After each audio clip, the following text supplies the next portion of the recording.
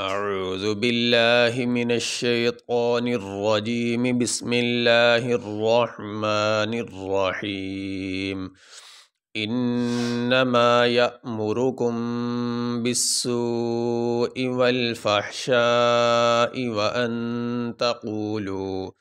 وأن تقولوا علی اللہ ما لا تعلمون۔ حمزہ نون زیر ان، نون زبر نہ، ان، میم الف زبر ما، انما، یا حمزہ زبر یا، یہ یا اور اس کے اوپر زبر ہے اور اس کے بعد یہ الف ہے اور اس کے اوپر یہ آ گیا جزم۔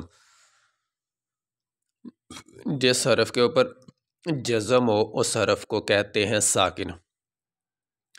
اب یہ الف کے اوپر یہ جزم ہے، یہ ساکن ہے، تو الف کے اوپر زبر زیر پیش آ جائے یا جزم آ جائے تو وہ پھر الف نہیں رہتا، وہ حمزہ بن جاتا ہے۔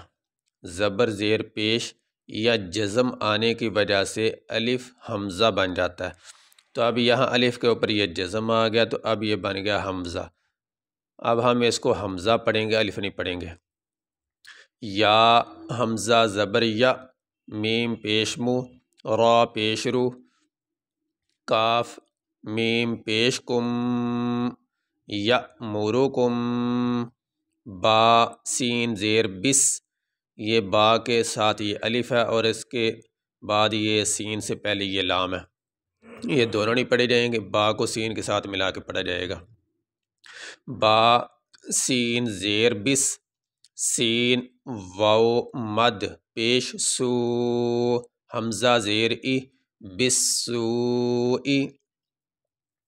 واو لام زبر ول، فاحا زبر فح، شین الف مد زبر شا، حمزہ زیر ای، والفحشاء، واو زبر وا، حمزہ نون زبر ان، تا زبر تا، قاف واو پیش قو، لام واو پیش لو، وَأَن تَقُولُوا، عین زبر ع، لام زبر لل، لام کھڑی زبر لا، ہا زیر ہی، علی اللہ، میم الف زبر ما، لام الف زبر لا، تا عین زبر تا، لام زبر لا، میم واو پیش مو، نون زبر نا، ما لا تعلمون۔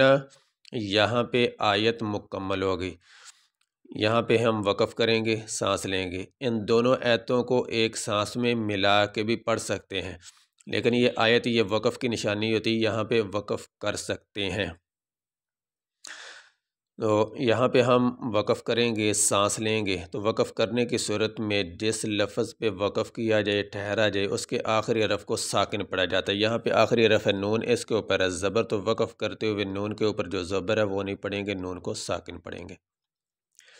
انما یأمرکم بالسوء والفحشاء وان تقولوا علی اللہ ما لا تعلمون۔ یہ سبق ہمارا مکمل ہوا۔